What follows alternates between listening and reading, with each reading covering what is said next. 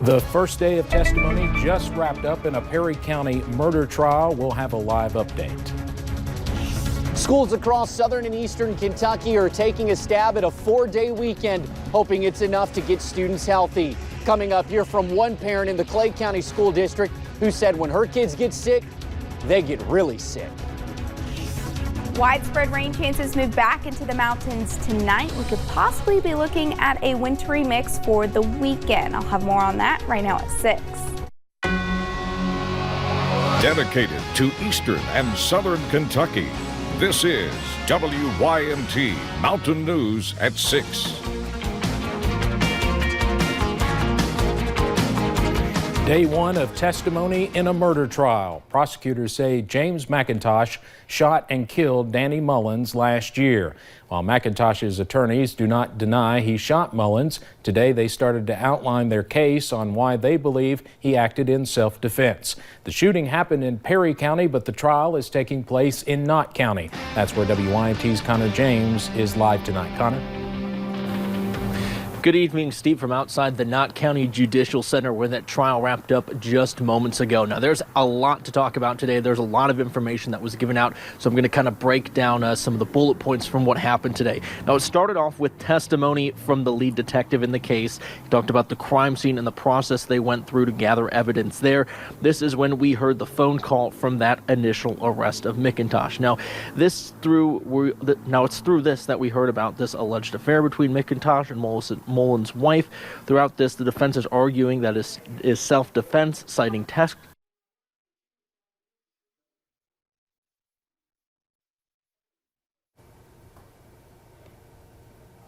Right, so if someone is taking a certain amount of a drug every day and then one day they take 2 or 3 times that amount, then they're more likely, they may not necessarily, but they're more likely to experience an adverse reaction. All right, we lost our live picture with Connor there. That, of course, was testimony from earlier today. They called 3 forensic scientists from Frankfort and a former detective with the sheriff's office about evidence in the case. They were also hearing from a man who heard all the shots ring out in the Four Seam area. Of course, this trial will continue tomorrow, and we will have the latest as it continues and more tonight on WYMT.com. In Prestonsburg, one person went to the hospital following an accidental shooting. This is a look at the scene earlier this afternoon. Police say a contracted employee of Big Lots was injured, though they could not release the extent of the injuries. They did not tell us the extent of the person's injuries or how exactly the gun was fired. We hope to learn more on this before 11 tonight.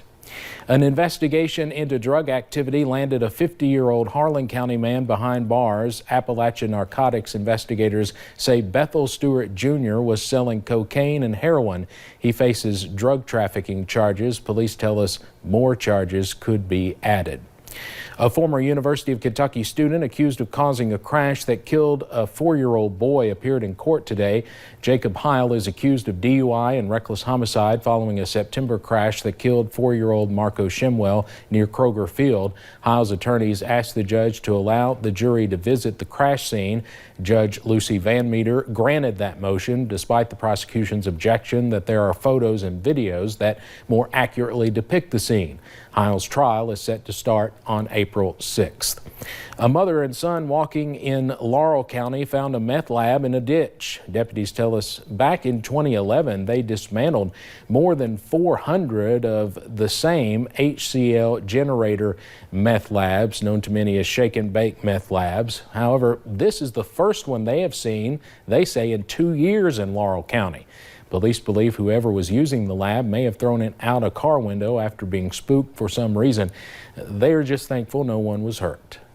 Because these things are dangerous, they can actually explode, and it also still had a lot of the drug in it, meth, so it made it deadly for 2 reasons. Police say if you see something like this, do not touch it and immediately call 911. Tonight, the Pikeville community is pushing back after the announcement of an addiction recovery center coming to town. A town hall meeting is being held at the Appalachian Wireless Arena. WYMT's Emily Bennett is there now. Emily? Yes, Steve. Edgewater Recovery has been helping addicts for nearly 2 years. They have multiple facilities in Rowan County, and now they are looking to expand. They're looking to put a treatment center in the Cedar Creek area on Katy Street. The CEO says there's a lot of stigma with addiction, but he wants the community to know he's not here to hurt them, but to help. He's urging people to remember it's not a shelter, but trying to help families in this community get back on their feet. But the community is asking, why put a treatment facility in a residential area? We've been operating in Moorhead, Kentucky for 2 years, and we haven't really had any incidents at all. The community actually welcomes us now, and we participate in the community.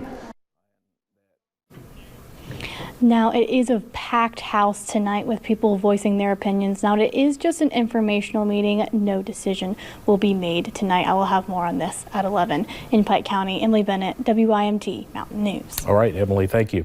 Today, a crash here in Perry County closed a road for a brief time. Police tell us at least one person was flown out due to head injuries. No names were released. 2 cars were involved in this crash on Combs Road. Police have not told us what they believe led to the accident. Kentucky State Police are in charge of the investigation. We now know the name of a woman killed in a crash in eastern Kentucky. It happened yesterday afternoon, also in Perry County on Upper Second Creek Road. The Perry County coroner identified the victim as Joanne Plowman. State police tell us it appears Plowman was backing her Expedition in her driveway when the SUV went over an embankment and hit a tree. Tonight, the Lexington Herald-Leader reports Black Jewel LLC and Revelation Energy have failed to make progress on scores of environmental obligations. That could leave Kentucky taxpayers on the hook for tens of millions of dollars in reclamation costs. Filings in federal bankruptcy court show that Black Jewel's violations alone account for 30% of all outstanding non-compliance notices sent by the Kentucky Department of Natural Resources as of December 31st. In bankruptcy court, state officials warned the company has made little or no progress in addressing those violations.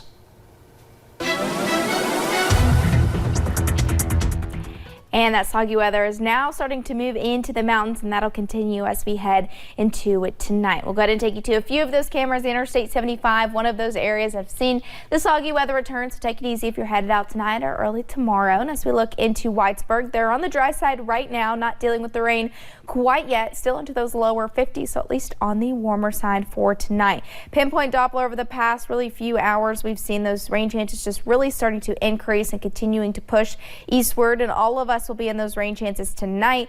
We'll be into about the lower 40s, winds from the southwest, and those winds will start to pick up as we head into tomorrow as well, but it's not going to be too crazy out there. Just a little bit on the rainy side for most of the day on your Friday. We'll break down that forecast coming up in just a little bit.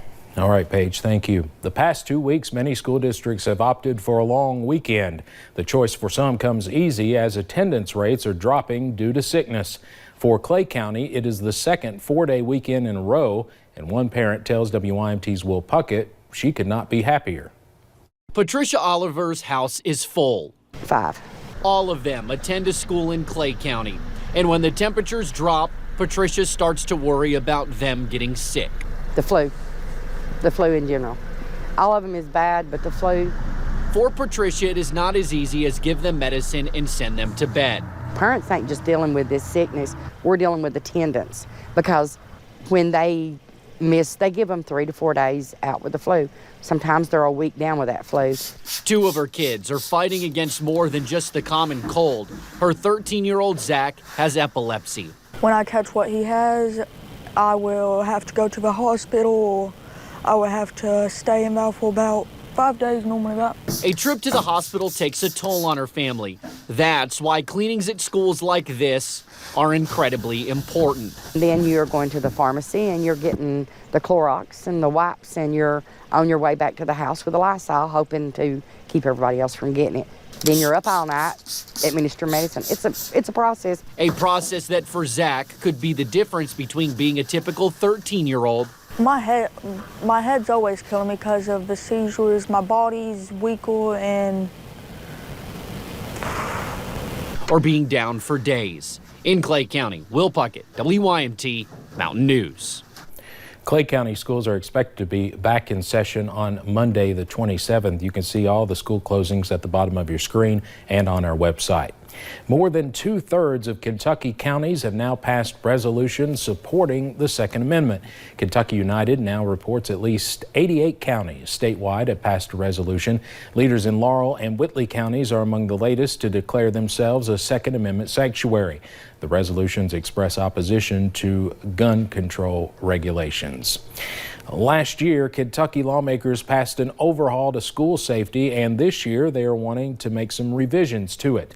Much of what was in that bill came in the wake of a deadly shooting at Marshall County High School in western Kentucky, and today, on the second anniversary of that violence, lawmakers advanced an update to the bill. As WYMT's Phil Pendleton explains, one key component of that bill would ensure that every school resource officer has a firearm. Senator Kerr. Aye. No one spoke against Senate Bill 8 when it was discussed in the Education Committee Thursday. We're not arming teachers. We're not going down that path. But if we're putting sworn law enforcement officers, they will have a gun. And I think that the expectation of parents is that that officer will be equipped with a firearm. Senator Wise says the vast majority of people he has spoken with agree this is needed. And I feel like with this bill, we must put school safety and public safety first. And if a school board continues to not reach that decision, this will be notwithstanding that this will be implemented. The bill would also set up mental health services such as suicide prevention and anti-bullying measures. Where we're actually going to be able to say every single school now has someone designated to be that school-based mental health that's going to see 100% of students. Difficult issues during. Despite the unanimous vote, there were some concerns aired, some about action mandates and different methods on dealing with security. Schools have different school cultures. They have different, I would project, and I'm no expert at this, of course, vulnerabilities. The vote came on the 2-year anniversary of the Marshall School shootings, an event that inspired much of last year's School Safety Resiliency Act. And Senate Bill 8 is seen as an enhancement to that. Maybe one positive that we can claw out of this bad situation would be improved prevention in our schools. The bill now goes to the Senate floor. In Frankfort, Phil Pendleton, WYMT Mountain News. There is still a question on how some of the mandates will be paid for, and lawmakers say they will have to wait until Governor Beshear's proposed budget is released next week. A bill is heading to Kentucky's House of Representatives to require photo IDs to vote. It passed the Senate this afternoon along party lines. While in a Senate committee, amendments were added to allow people without a photo ID to use other forms of identification to vote. That would include a debit or credit card or Social Security card. Appalachia is a place made up of stories, many of those told on front porches. That's why the Appalachian Center for the Arts in Pikeville is working with the Pike County Extension Office and Appalachia Book Company on a new project. Porch Talkin' gives locals a chance to share their favorite stories and talk about the region, culminating in a storytelling showcase to put those stories in the spotlight. Just sitting around and telling stories, and we want to raise the profile of all those stories in the region. The first of those workshops is about to kick off now at the Pike County Fine Arts Extension Office. Storytellers will meet to talk and plan for the next 4 weeks with a chance to tell their stories to the public at the showcase on February 18th. All of us are going to see rain as we head into tonight and into tomorrow. We'll hang on to those chances for the weekend, but we might not all see rain Saturday and Sunday. I'll have those details coming up in just a little bit.